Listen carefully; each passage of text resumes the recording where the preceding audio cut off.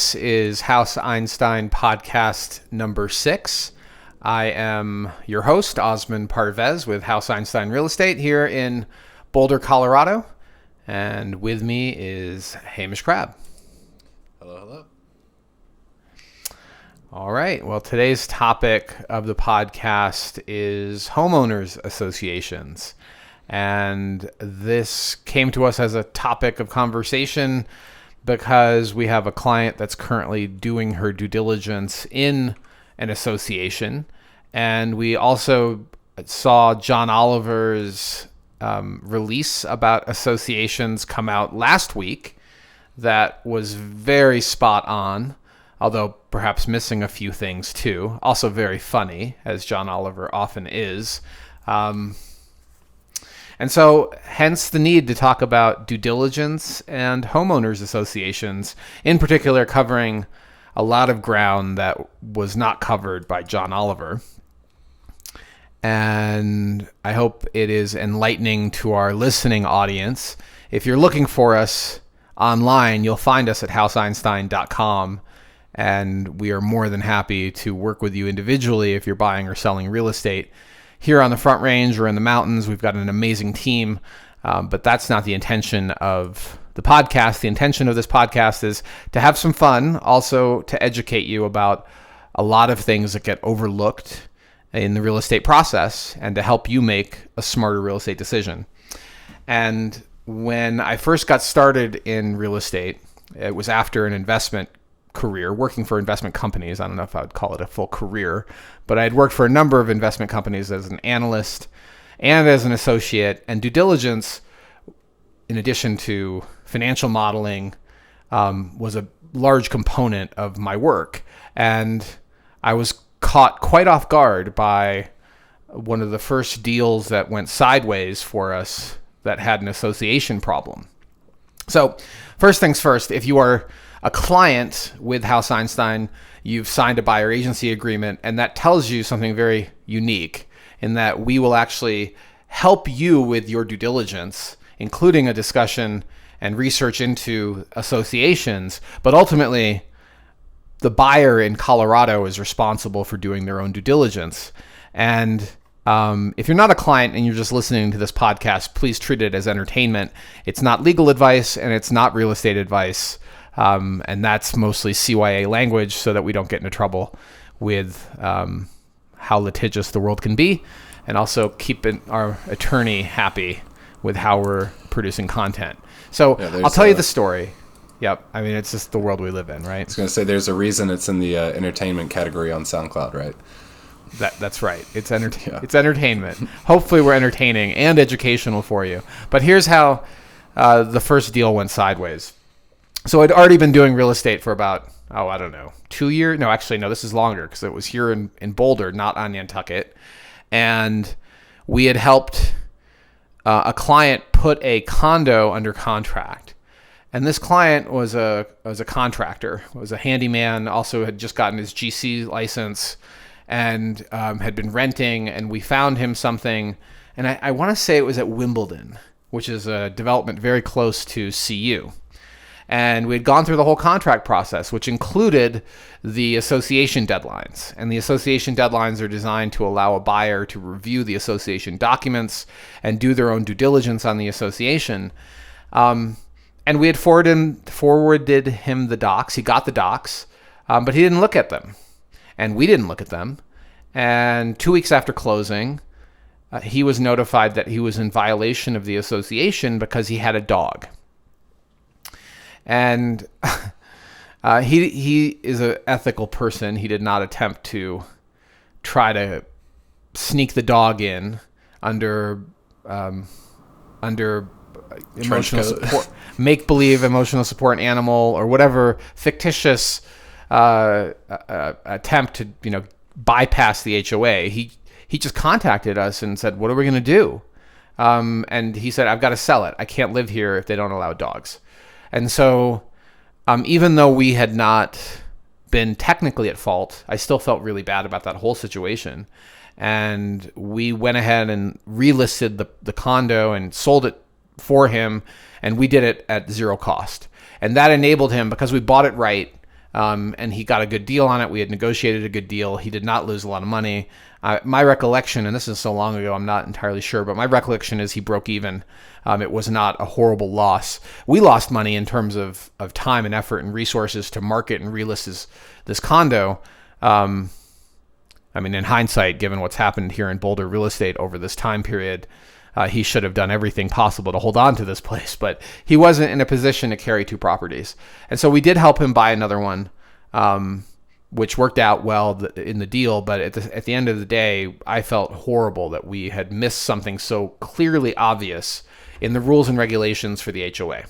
So after that, we started taking it a little bit more seriously and realized that even though it's not a duty of a real estate agent here in Colorado to their clients that are buying, we still can help our clients understand associations and not end up in a lot of trouble. So that's how I first learned how associations can really be problematic. I mean, most people think about the Karen problem, if you will, the nosy neighbor problem, the person who sits there with binoculars and looks for infractions and will then notify the association through the property manager that you left your trash cans out too long, and then they will come and fine you for that. Here in Colorado, I've never run into an HOA that is out of control, that is larger, but I have run into lots of situations where smaller HOAs are incredibly mismanaged.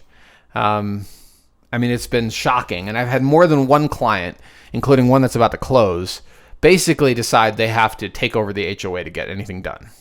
And they get themselves elected to the board. They then push their friends that live in the neighborhood to also run. They get them elected, and finally they can make real change happen. But it's a really interesting problem because increasingly more and more homes are in associations, as John Oliver pointed out, that they're very hard to escape. There's also a whole bunch of plus sides to associations that I do want to talk about too. Hamish, I think you're currently in an association. Is that right? Yeah, I am. I probably shouldn't name it, but I've got a few positives about this one and a few negatives too when we get around to it. Okay. I think you had some run-ins. Yeah. I personally have not had a run-in, and I've lived in an association. And I'll tell you one of the most positive that I experienced. And I was very reluctant to buy this condo because of the association initially. And at the time, it felt expensive until the very first snowfall. And I'm sitting in this condo. It's snowing like crazy, and it's really cold out. And I make myself some coffee in the morning, and I sit at the window. It had kind of a window that overlooked the street below. And suddenly there's a group of people out there with snow shovels clearing the sidewalk. And having shoveled and dealt with snow removal myself, almost my whole life, I feel like my parents had me with a shovel at 10 years old. It just felt so nice to be in that warm, cozy space, sipping coffee and watching a team of people clear the snow. So there are some positives to being in an association, and exterior landscaping can be one of those. If there's litigation for some reason, like we had that same office condo complex had litigation over EFS and construction defects. And I read the documents, but I didn't have to personally get involved in the litigation. I didn't have to personally go to the meetings because, Boulder is a very smart place. They were very active people, very aggressive, proactive people, very intelligent in our community who took ownership and solved it and went to those meetings and hired the attorney to represent the association, sued the builder, which then triggered their insurance policy that got it covered. And we're talking about multi-million dollars of association liability. Sorry, builder liability, not association liability. But most people just worry about, are the rules going to work? And most people worry about, are the dues affordable? It's the first question. How much are the HOA dues? Because it's all about a monthly payment, but they're not thinking in terms of what you're actually getting in services, and they're not thinking in terms of reserves. Hamish, are you familiar with how reserves work? Somewhat. It's essentially kind of a disaster fund and maintenance upkeep fund, right? Sort of. It's not really a disaster fund. It's designed. Insurance is the disaster solution. No, reserves are that as the property ages, there will be things that need to be replaced, and they're not part of normal operating costs. So a portion of your monthly due should be covering your operating costs, which is the majority of your monthly due payment. But then a slice of that, let's say 10%, 20% of that, should be funding a reserve. And in theory, that reserve should also be well invested, so it's getting, at times like this, it's getting a return in interest too. And then when it comes time to paint the building, when it comes time to replace the bicycle parking or paint the parking lot, repave the parking lot, replace the roof, the association has enough money in its reserves to pay for it without sticking the owners with an unexpected special assessment because the roof needs to be replaced. So this is sort of like a piggy bank, planning for the future. And it's not uncommon that owners fight increases in their dues. So to help organizations, more sizable organizations plan, they hire a consultant to do a reserve study. I don't know what those consultants charge, but they put together an analysis of likely expenditures that are coming down the line, and they look at how that the cost increases are occurring through time, and then they make a judgment call on whether the association is adequately reserved or not. And that's one of the documents that you should be looking for when you buy a property in an association is, has there been a reserve study? And how adequately are we reserved for the future? What is the current funding level of the reserves? And it's so common that buyers just don't look at any of these things, right? They just, how much is the HOA due? So that's what they care the most about. But they don't think about what they're actually getting in services. They could be getting trash, snow removal, exterior maintenance, professional management of the complex. All of that is often part of an association. So when you have a consultant come out and get your reserve study, say there's an HOA that decides to do it in-house, you should still expect to see a reserve study in your association docs? I feel like it's hit or miss. Really well-managed associations do a reserve study. Okay. But there are lots of associations that don't do one. So when we're shopping with a buyer, the first thing we look at is how well-maintained is this complex. And if there are visible and obvious signs of deferred maintenance, do we even need to go into the financials of the association to know that so far it doesn't look like they're on top of things? Now, it's possible that let's say it's worn out siding you see. It's possible they're planning to replace it this summer. And they actually are on top of things. But the first thing we look at is with our eyes. And so there's a couple of complexes in Northeast Boulder, for example, off of 30th Street, that often beg the question of how well maintained is this complex, because things start to look really run down. And not coincidentally, they have some of the cheapest association dues throughout the city of Boulder. And you look around, you're like, okay, it's looking kind of rough here.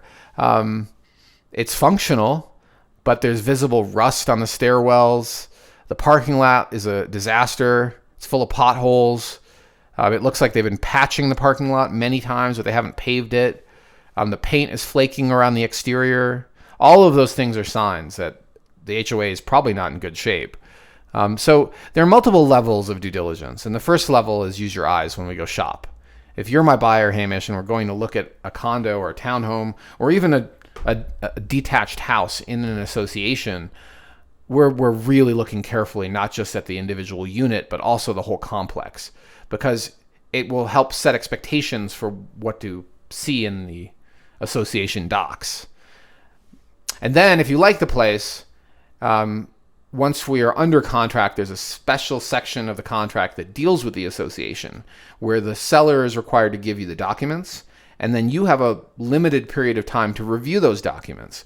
But your association review should not be limited to the documents.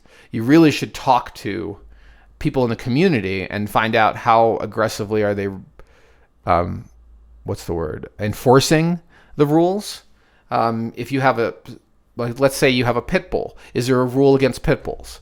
Let's say your investment thesis involves short-term renting it for 3 months every year while you go travel around Europe in the winter or in the summer. Is that allowed? And most associations don't allow you to do short-term rentals. Some associations don't allow dogs. They allow cats. Some allow no pets. So those types of rules we should try to find out even before you write the offer. If you have that type of circumstance that's a hard issue that's not solvable. But then if you have something unique, usually we have to wait to get the association docs. And then you should be looking at the rules. You should be looking at the financial statements. There should be an income statement, and there should be a balance sheet at a minimum. If they're really on it, you'll see a cash flow statement too. You should also review the minutes of the HOA, which is the board meetings. And hopefully you can also get the contact information for a few of the board members, and you can call them. And you can ask them questions like, is there any pending litigation? Is there any litigation that's just been settled? Are there any unknown issues? Is there issues I should know about as a new homeowner before I buy? And then, of course, read the minutes, talk to the neighbors. And at the end of that experience, you will have an opinion about whether this association is acceptable to you or not. And that's all needs to be done before the association doc termination deadline. The deadline is actually just specific to the documents, but it really is a blanket deadline for the whole association. Because you can usually find something in the documents that relates to your issue anyway that you could point at and say that that's the reason I'm out. But the technical deadline at this time in the state of Colorado is the association doc termination deadline. Is it one of those buyer's sole subjective discretion terms? Yeah, in there, and there's no resolution. So unlike a lot of the contingencies in the Colorado contract to buy and sell, there is a association termination deadline, but there's no so you basically, like, you can't, there's no objection resolution process, because in all likelihood the association is not going to change their rules or change their financial policies just so that you will go buy a unit. So it's a binary event. It's a yes or no. Is this association acceptable to you in the contract? So fun stories about how it goes wrong. And there's more fun in that John Oliver podcast, which it's a video. You should definitely watch that video. But here's a really fun one. So we put a condo under contract in North Boulder, and this complex is directly north of where Tangerine is currently located, off of 28th and what's that street? Iris. Is it? No, it's 28th and, is it Iris? Yeah, 28th and Iris. So there's that little complex. It has a number of restaurants. It has a golf tech shop. It has a whole bunch of things in there. And just north of there is this development. And there's a couple of different developments in that pocket. And my recollection is it was the sub-association of what's called a master association. I suspect these terms are going to change to be more politically acceptable going forward, but that's what they're called, a master association. And there's a subordinate association just for a handful of units. And this particular unit had storage in the title work, but was not in the listing description. And we knew every unit in the complex had a storage space. And we figured out that each of them are under the stairs for the unit. And our unit had a lock on it. And so we were under contract, and I contacted the listing agent. And I said, hey, we'd like to see the storage unit under the stairs.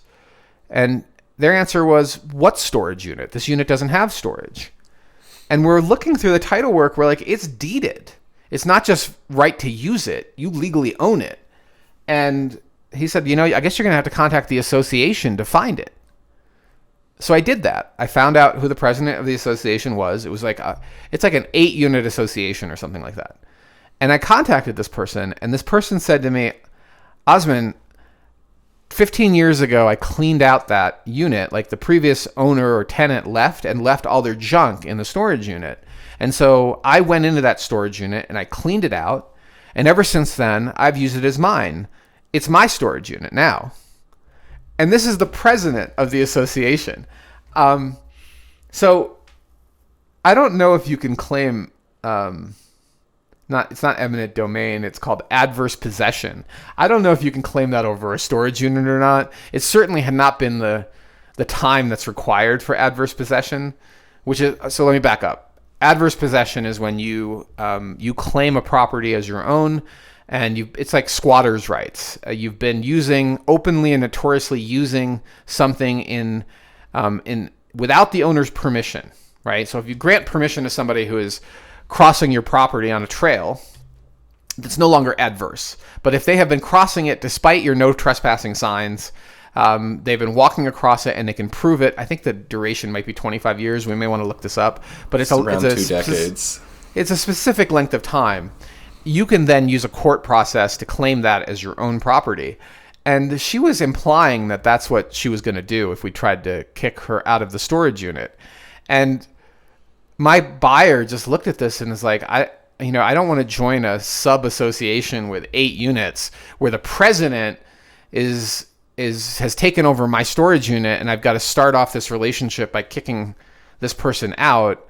So let's just terminate. We'll go find a different property. And at this time, there were a lot more properties on the market. Like, this was not a desperation move. And so we moved on. And we explained why we were moving on to the listing agent. We terminated on the appropriate deadline, got the earnest money back for our buyer, and moved on. But it was an unbelievable behavior by the president of the association and their insistence that it belonged to them now. What was the listing agent's reaction? Were they... I mean, this was an agent, and this is a long time ago, but I didn't get the impression that they cared. They did a lot of business. They'll find another buyer who doesn't care about the storage unit. And there's a lot of agents look, mostly agents are great. There's quite a few that are not. And this is a criticized by category, so I won't be naming this agent, but they weren't really vested in solving this. And I don't know if they ever did. We just moved on. We told them while we were terminating. They said, okay, see you later. They didn't try to solve it. They didn't engage, which is what I would have done. I would have said, hey, hold on. Let me talk to this president and see if we can try to work this out, because clearly she's in the wrong, this person who's squatting in your storage unit. Yeah. But they didn't do this, and we just moved on. So yeah. So what other issues do people have with associations? Landscaping alterations, like fences. Usually, again, you can see this with your own eyes before you ask the question. So newer associations, even with detached single-family houses, won't let you put up tall fences in many cases. So what you'll see is a split rail fence, and you'll see chicken wire on the inside of it, which is to try to keep your pets in. Of course, if you have a dog that's a jumper like I did growing up, that 4-foot split rail fence isn't going to do anything. So that can be a real problem for people with athletic dogs, so to speak. And again, your eyes are the first layer of due diligence. And once you're under contract, it's time to look really carefully at all those HOA docs, make the phone calls to the people on the board, talk to the community members, and get a better sense of what's it like living under the rules of this association. You're joining a financial club. It's like you're marrying somebody, and you really need to know before you get to the altar what's their credit history and what's their spending behavior and what are their drug habits. Like, you really kind of want to do some due diligence here on this club, because once you're in the club, there's no getting out.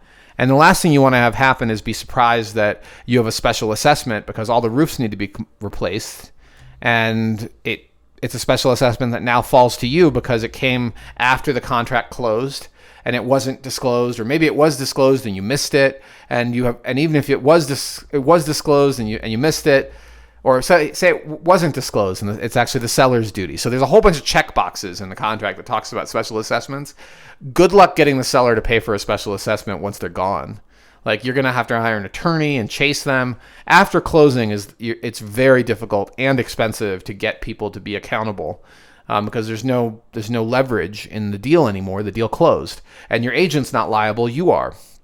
So special assessments are something to pay a lot of attention to know what to expect in the near future, the rules.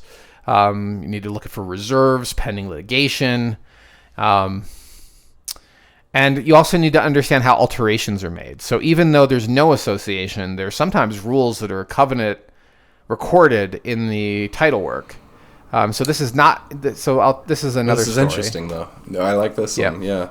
So this one is right here in the city of Boulder. There's this alpine balsam peninsula that overlooks, I call it the Alpine Balsam Peninsula. From a geology perspective, it looks like a continuation of Valmont Butte.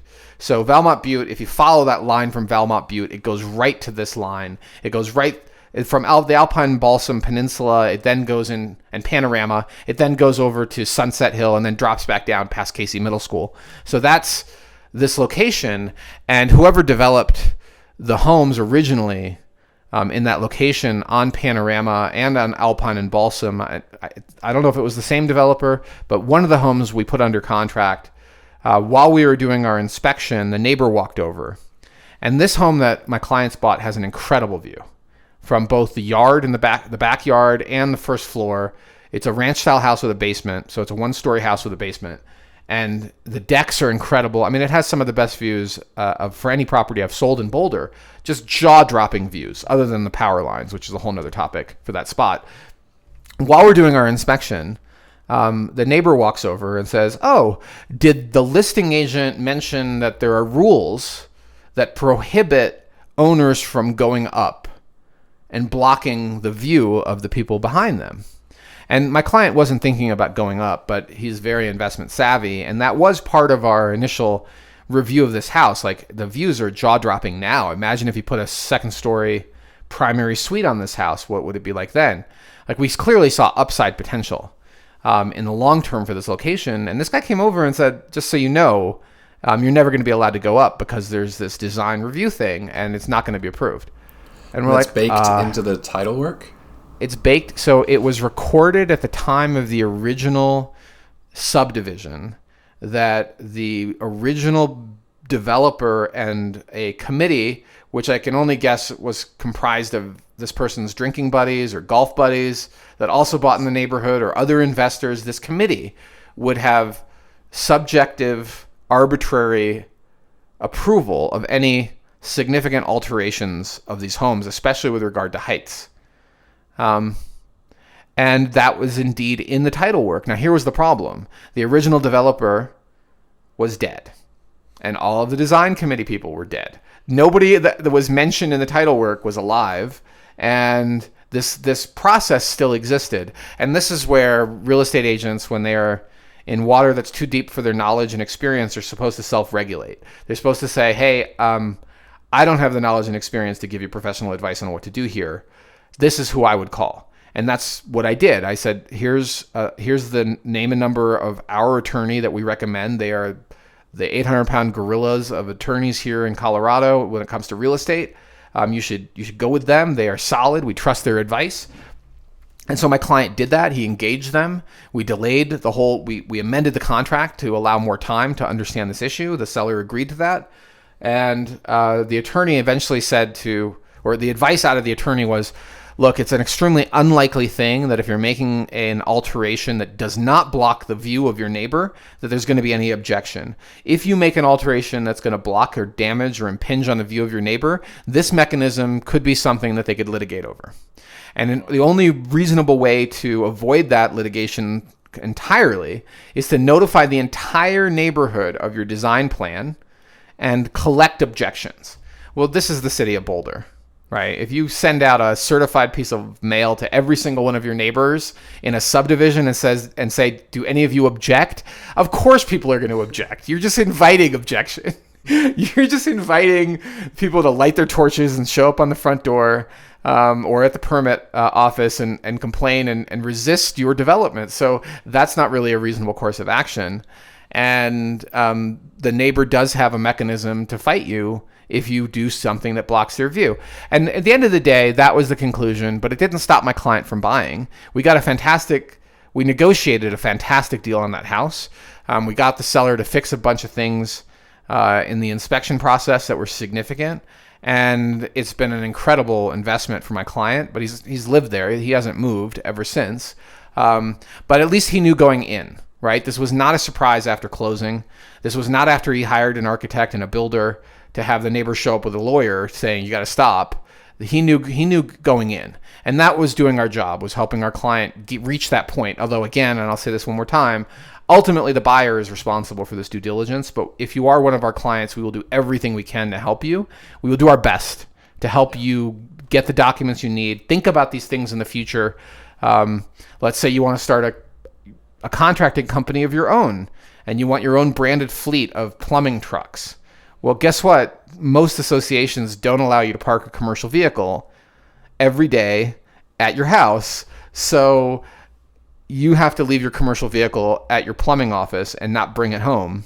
If you live in an association with rules against commercial vehicles, rules against RVs, does an adventure van count? Well, let's look to see how many adventure vans are in the neighborhood. That'll answer your question really fast. We were in Gun Barrel, especially Boulder. We were in Gun Barrel, which is a neighborhood here in Boulder, about a month ago with a client, and we've been trying to figure out, well, one of the list of questions, I wouldn't say this is at the top of the list, was will they allow people to park their trailers in a driveway? Because this client owns a relatively small travel trailer.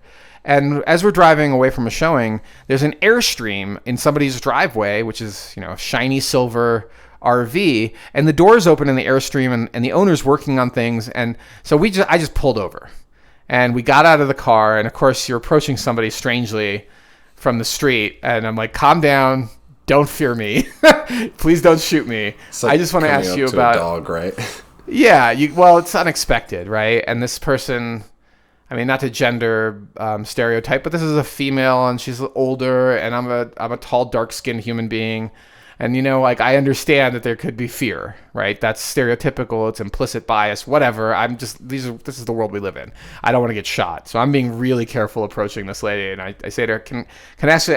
I'm a realtor. I'm showing houses." And my client has an RV, and I just wanted to ask you, can we talk to you about the RV rules? And she was super friendly after that, when she realized what we were asking about. Of course, she asked me if we knew one of her favorite realtor, which we do. He's a very top realtor here in Boulder, so that helped that we knew him. And then she said, yeah, well, so basically, no one complains if you've got an RV in your driveway for a day or two, but it can't live there. So if you're preparing for a trip and you bring your RV into your driveway, so far so good. There have not been any issues, but the neighborhood does have rules about long-term parking of recreational vehicles in the neighborhood, and this is in the country club neighborhoods in Gun Barrel. And Gun Barrel, by the way, has a couple different pockets. It's not all of Gun Barrel. This is just that country club zone. So, quick circle back, I guess. When we were talking about that earlier neighborhood with the height restrictions, would that be similar to you have a seller that did a bunch of unpermitted work? Would you then be liable if you were to purchase the house after it have the top popped to the kind of recourse there? Well, that's a legal question, Hamish. So basically what you're describing is you bought a house from somebody that did the work. Yeah. And that you've closed on the house, and 6 months later, the neighbor that was living behind you comes over and says, hey, I've been out of town, and it looks like you built a second story that blocks my view, and I'm going to now sue you to take that down because you violated the rules. I'm not qualified to answer whether you got a case or not. Opens you up. You could have a problem. Yeah. Well, if you're buying a spec home that's newly constructed with a second story, it certainly should be a question, was that second story allowed under HOA rules? Because the permitting office, which is here in the city of Boulder or in the county, the ones that issue permits, building permits, are not reviewing the association. They're not reviewing association rules, and they're almost certainly not going through the title record to look for a design review committee that died out 30 years ago. So I think you could have a problem there. And probably they won't force you to deconstruct, although that has happened to people in Colorado, in Boulder in particular. They more likely will look for some sort of financial compensation for the loss of their view. And it could also be steep. It could also be steep. So you should always read your title docs very carefully. And you should click all the links and make sure that when you get that commitment from the title company, you have clicked all of those links and at least scan them.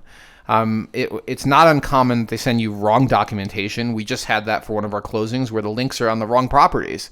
And I didn't catch it. My client did. They're like, these docs that are linked are completely wrong. Title companies also make mistakes. Another one just made a mistake by double charging our client for a $1,500 credit. I missed it because I was just scanning it quickly to see if the big picture looked right, and I didn't realize they had charged twice for the same credit. He caught it. I really appreciate that he did, and also a little embarrassed I didn't.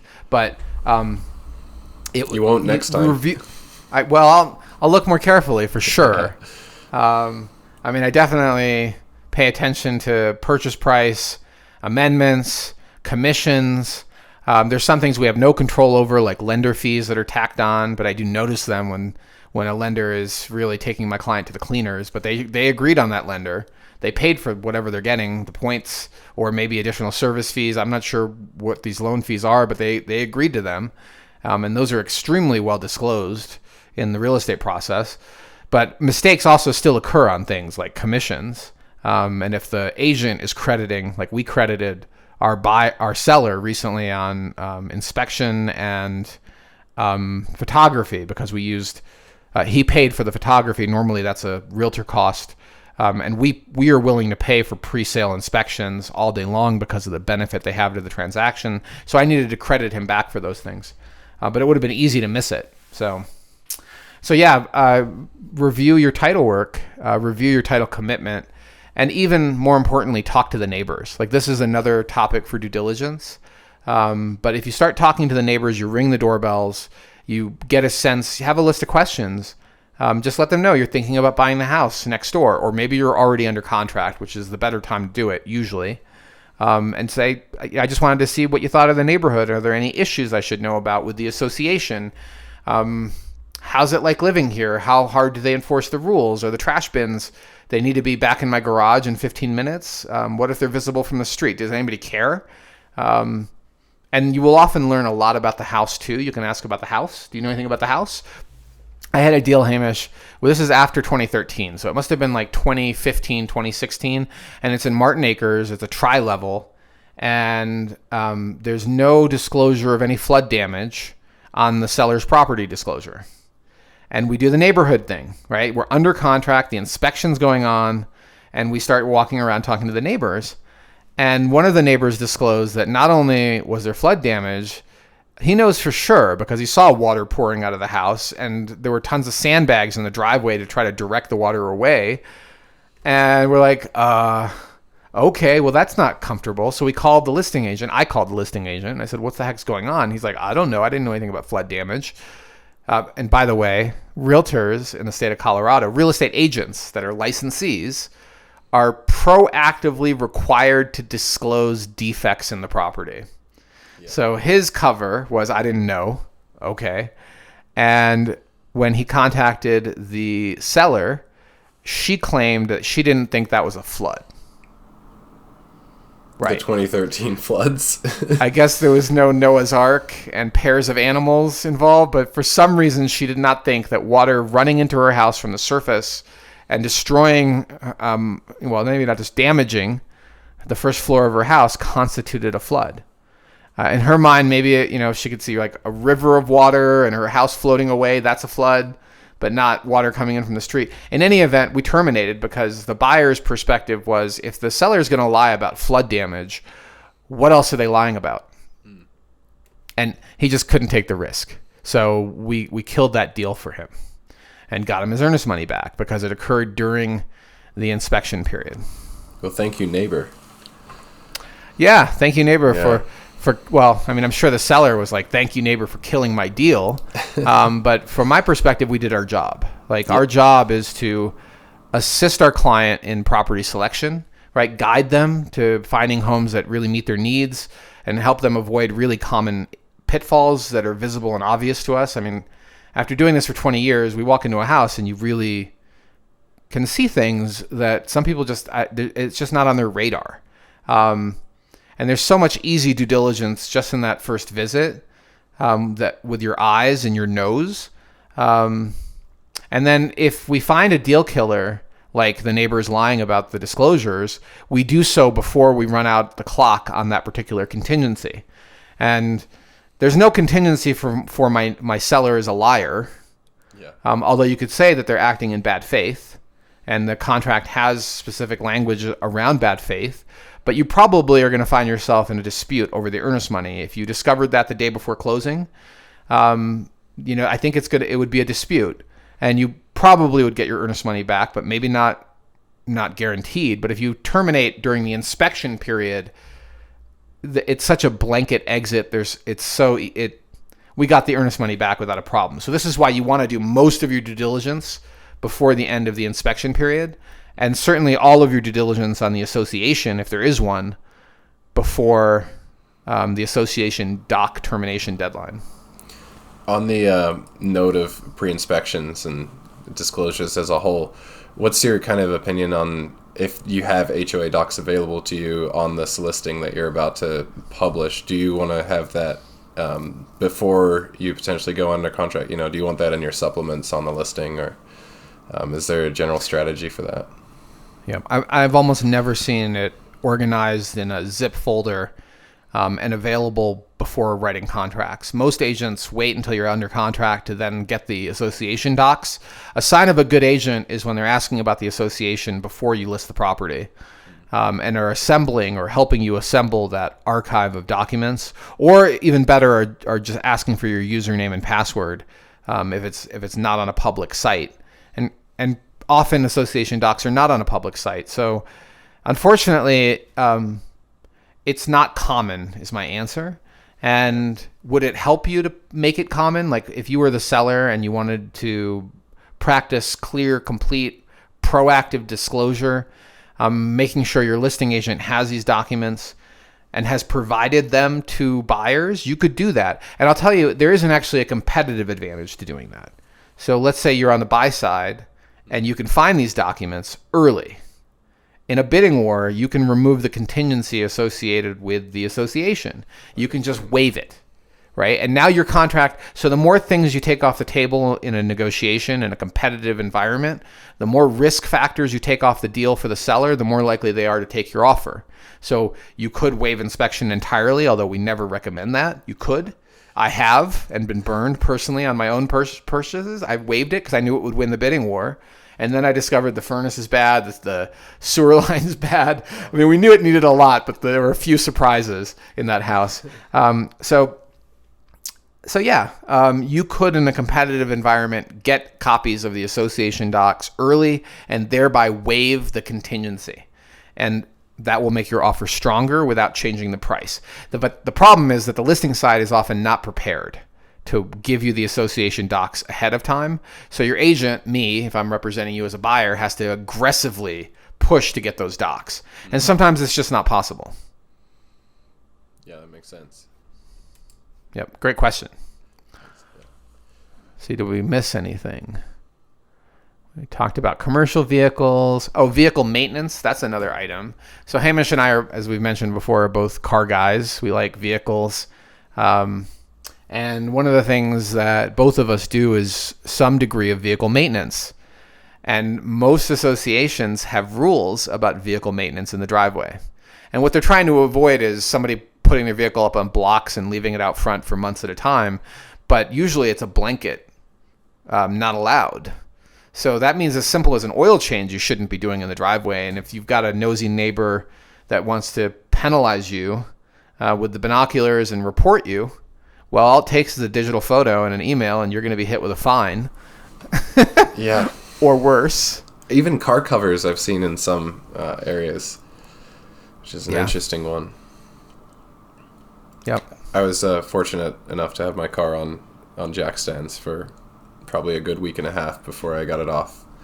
But it was, kind of concerning each day, am I going to get a call? What were you what were you doing? Oh, this was stripped out a bolt in the timing case of my car and didn't have anything to do with it. Like, couldn't fix it immediately and just kind of sat there for a little bit. But. Yeah, HOAs are quite funny in how they run. Not all of them, by the way, run for conformity. So certain HOAs, like the ones in Rock Creek and Superior, really want paint colors the same. And they're very aggressive on noticing when your paint is deteriorating. They will get on you. I had a closing that the buyer was notified weeks 2 weeks after closing that the house needs to be completely repainted. And it didn't look that bad, but not according to the HOA. It was ready. So that's I mean, in some ways it's cool, right? Because if you're the neighbor and you own an adjacent house, you know you're not going to get a derelict looking house in front of you that has decades of deferred maintenance. So homes in associations tend to actually have higher values than homes that are not in associations, all things being the same, all other things being the same. But some associations actually, like Prospect in Longmont, encourage diversity. So if you're repainting your house, they don't want you to paint the house the same color as the neighbor. And I don't know if that's a hard rule or a guideline. The last time I looked at the Prospect rules, but I was kind of surprised by it. So in other words, if your neighbor has a fuchsia house, which they're fine with in Prospect because they love diversity of architectural styles and colors, you are not allowed, or you should not, and again, I'm not sure if it's a hard rule or a guideline, they strongly discourage you from painting your house the same color because they want the neighborhood to feel more eclectic and architecturally interesting. And that's what you see in Prospect. When they first built that neighborhood, a new phase is about to begin, by the way, but when they first built that neighborhood, when the trees were just planted, there was a lot of scratching of heads and polarized reactions. People either loved it or they hated it. But today, the perspective is much more universally positive. It feels, I mean, it's unlike any other neighborhood in Boulder County that I've seen. And I look forward to seeing what they do with the second phase finally, now that that's in the works. Yeah, it's working for them, that's for sure. Yeah. Oh, yeah, for sure. If you did the median value in Prospect on $1 per square foot, and you compared that with any other neighborhood except for maybe the historical downtown area of Longmont, Prospect is going to be off the charts compared to everything else. And for good reason. It's not just the unique houses. It's the community, the culture of community. They used to do food trucks. They still have restaurants and shops in the neighborhood. It was designed with all of that in mind from the beginning. And I think they killed it. It really, if I was going to personally buy in Longmont, it would be two areas. It would be Old Town or Prospect, and Prospect probably would come out top because it's easier to get to Boulder from Prospect. It's only 15 to 20 minutes. On the diagonal, right? Well, let's call it 20. If there's no traffic and there's no snow and no rain. And the diagonal is not exactly a fun drive. It may get better with time, but that is part of the downside. You still get a big discount compared to the city of Boulder, though, for Prospect. Yep. So let's see. Did we forget anything else that we need to talk about? We're coming up on an hour, which is really our target length for the podcast. And this is our third rejuvenated podcast. It's now distributing on all the places podcasts go. And I think that we're going to continue because it keeps us on track. It keeps us in line with our mission, which is to help educate our buyers and sellers. And others that may be considering hiring a real estate agent here in Colorado. We have an amazing team, as I mentioned before. We'd love to represent buyers, and we'd love to represent you, dear listener. Check out our website at houseeinstein.com. And we look forward to seeing you again soon. Yeah, thank you, everyone. All right. Thanks so much. Okay, take care. Bye.